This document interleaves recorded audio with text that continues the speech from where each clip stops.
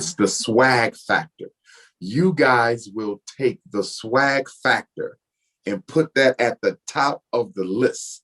And a brother over here who has no swag, but would have been a perfect mate, is overlooked for a brother over here who didn't really have everything you desired, but he had the swag. Facts. And that's only one of the reasons.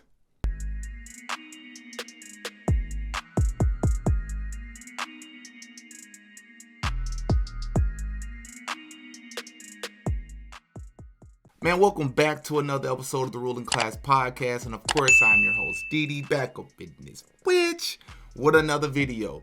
And today we're going to be discussing a very important topic surrounding why, or pertaining to why, a lot of so-called black women are single, right? And I think this is a very needed, conversation to have.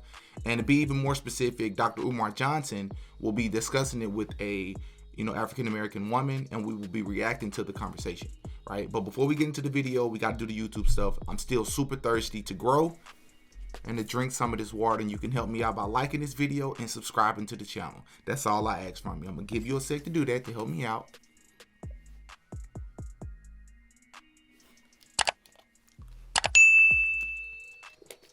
All right, let's get into the video. What do you recommend for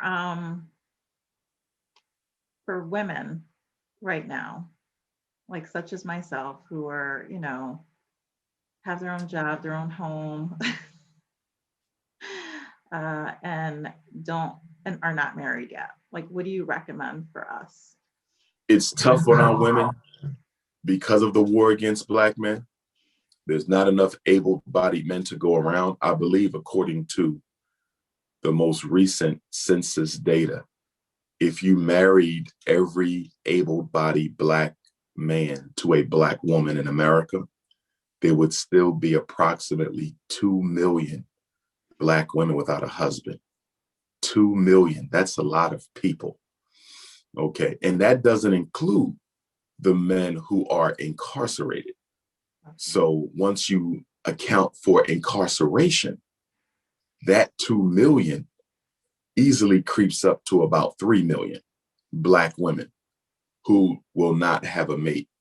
Number one, I think that although there's a lot more black women than men, I think black women need to understand that there's a lot of black women who a lot of men would not find desirable. Exactly. But I think this is very important to kind of touch on real fast, and I'll let the video play through from here. I just want to make sure we understand something. We are raised in a society where us as men, right, as boys, we are taught that we are to seek after the women, right? We are to chase the women, so to speak, right? When in reality, no matter how we feel about it, men are the ones that are actually scarce. So if we're just going to be real about it, men are the ones that are actual prize, because there are a lot less of us compared to women, right? So it really should be the women that are heavily competing, I would say, to get the men. But that's not what you see in society, right? Women are taught that they're the prize, right? Which I would like to think that if I want a woman, I'm going to see her as the prize for sure. But if we're looking at this thing in a general sense, no, it's men that are the prize, right? And women are taught that because they're the prize, they're the ones that should sit back and wait for men to come to them, right? And to make this even worse, not only do they feel like they should be the ones that are being pursued, but when they get to college, they want something that's just unrealistic, right? They want that 6'6" guy who plays football or plays basketball, but also is poetic. So he takes her on picnics or you know what I mean? And he's also a gangster with a PhD. Like, she wants this guy that almost never exists, right? And I think we just have to be a lot more realistic, because when we're looking at men, when we're looking at relationships, right? If you have this fairy tale idea of what you wanted and never gets there, then you're going to just be waiting forever. And then you're going to be sitting around looking at yourself wondering, what's wrong with me?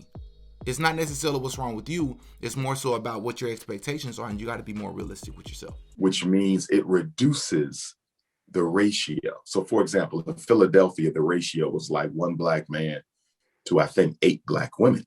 So sister might say, well, 1 to 8, what chance do I serve? Well, some of those sisters lead an alternative lifestyle. So you got to keep in mind, okay, they're trans or they're lesbian. So you knock that number down to probably 1 to 5.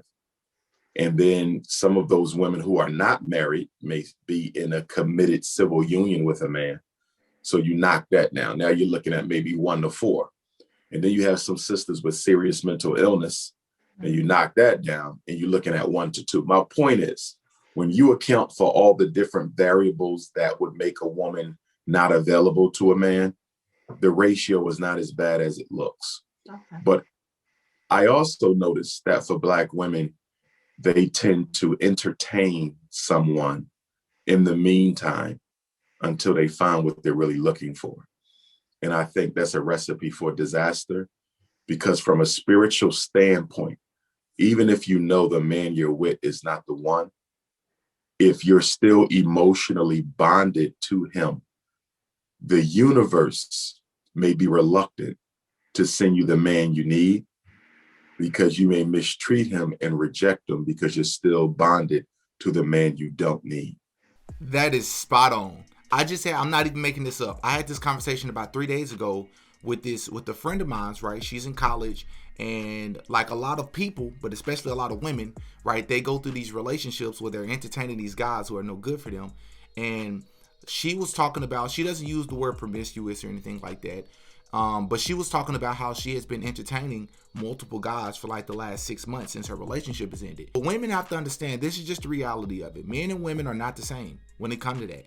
Unfortunately, life isn't fair, right? It's just how it is. There are a lot more consequences for women when it comes to sexual promiscuity. It's just what it is. Men can have a certain amount of sex partners and women can have a certain amount of sex partners, and it can be a lot more detrimental for the woman. Not just as far as her getting pregnant, right? Because men can't get pregnant, but as far as psychologically, emotionally, right? Spiritually, that woman is impacted a lot more. That's just how it is. It's just how the genetical makeup is, right? And ladies, I'm willing to tell you right now, take it as it is. This is how it is. There is not a single man on this planet that wants a woman that is sexually irresponsible, period. No man wants a woman that have a whole bunch of sex partners in their past. Facts.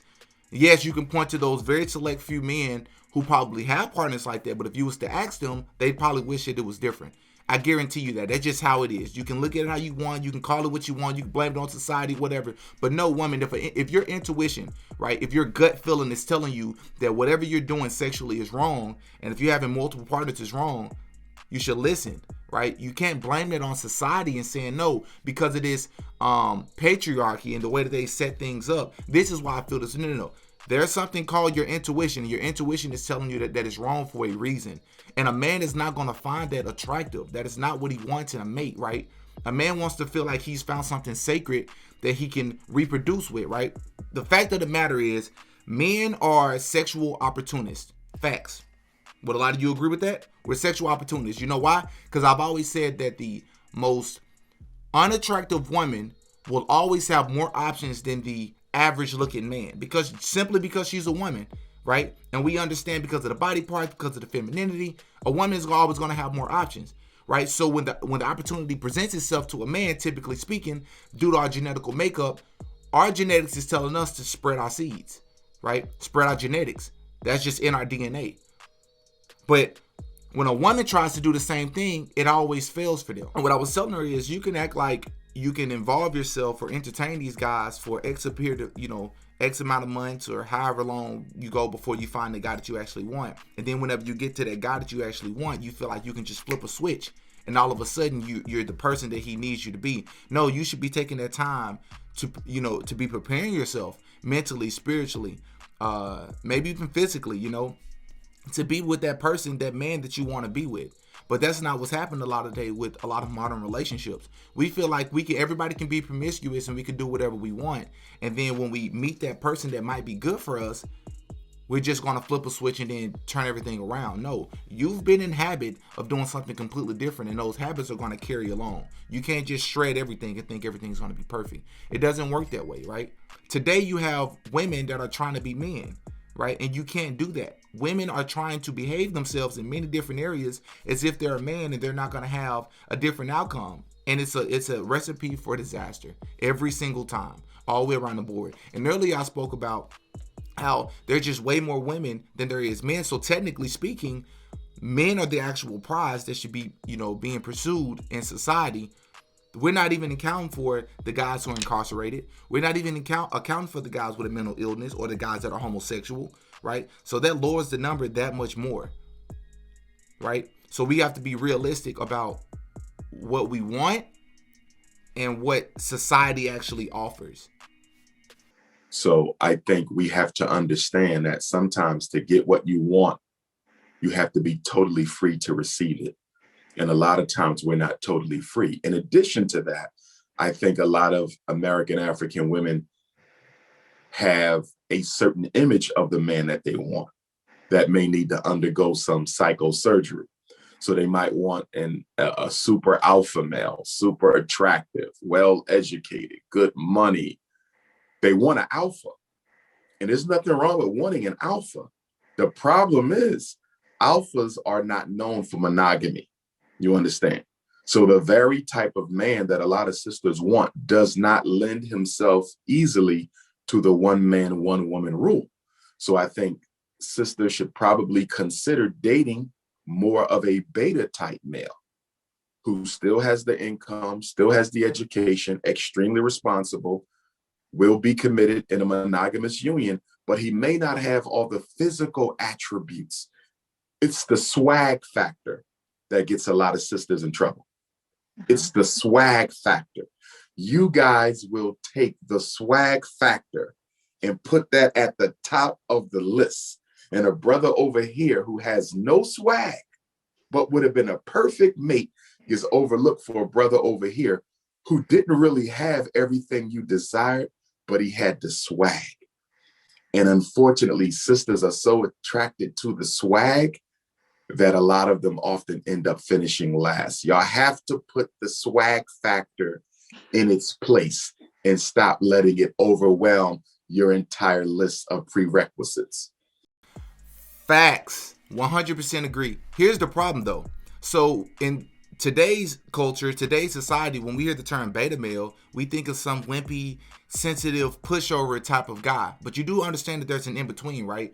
All men that are probably that could probably fall under the beta category doesn't mean that they're weak men. Doesn't mean that they're pushovers. Doesn't mean that they're wimpy, so to speak, right? But I'm going to tell you what it does mean almost 100% of the time, that they're going to be monogamous and they're going to be faithful. A lot of women say that they want love. Do you really want love? Because if you want love, that's probably the direction that you should probably be going, but that's not where you go. Instead, women want to go for a lot of the alpha male. And I mean like the super alpha male, right? Which again, there's nothing wrong with wanting an alpha male. Absolutely not. I would consider myself an alpha male, but I would also consider myself more of a beta as well, because I think there's yin and yang and there's a balance, right? But women want these rah-rah men, right? And the reality is you can take it how you want, traditionally speaking, right? Spiritually speaking.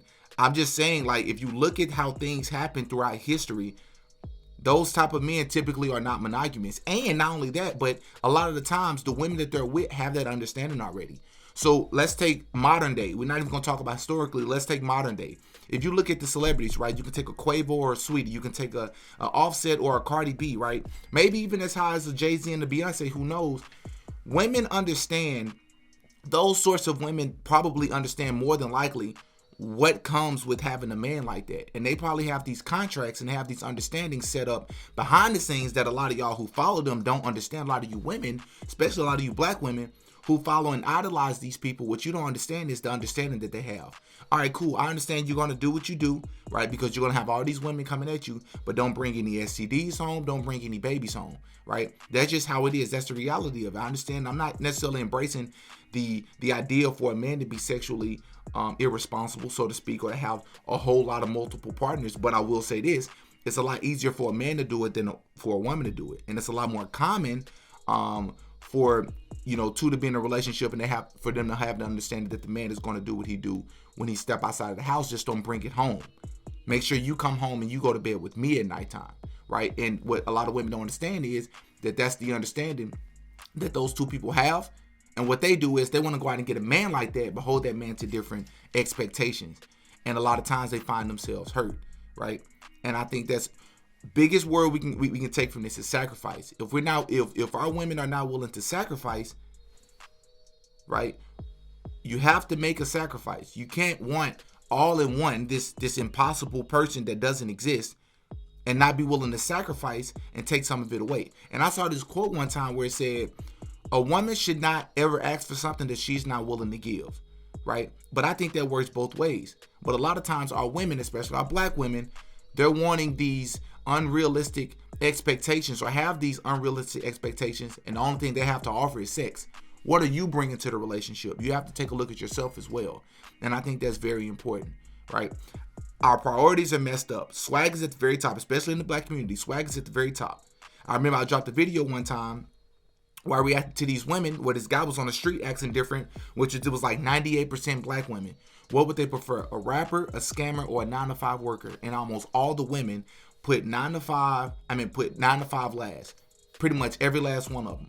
Because what they typically see is that men that have that are scammers and drug dealers have more money and have more swag, and they are pursued the most. So they feel like they're more of a trophy. They feel like they've achieved more by doing that, not understanding that you're putting yourself in a terrible position. That traditionally speaking, why not look at tradition? If you look at your mom, if you look at your aunt, they made the same decisions that you're making right now, and look how they turned out. They're single parents. That's just how it is. Peace and love. Until next time. Peace. Oh yeah, Didi got a podcast.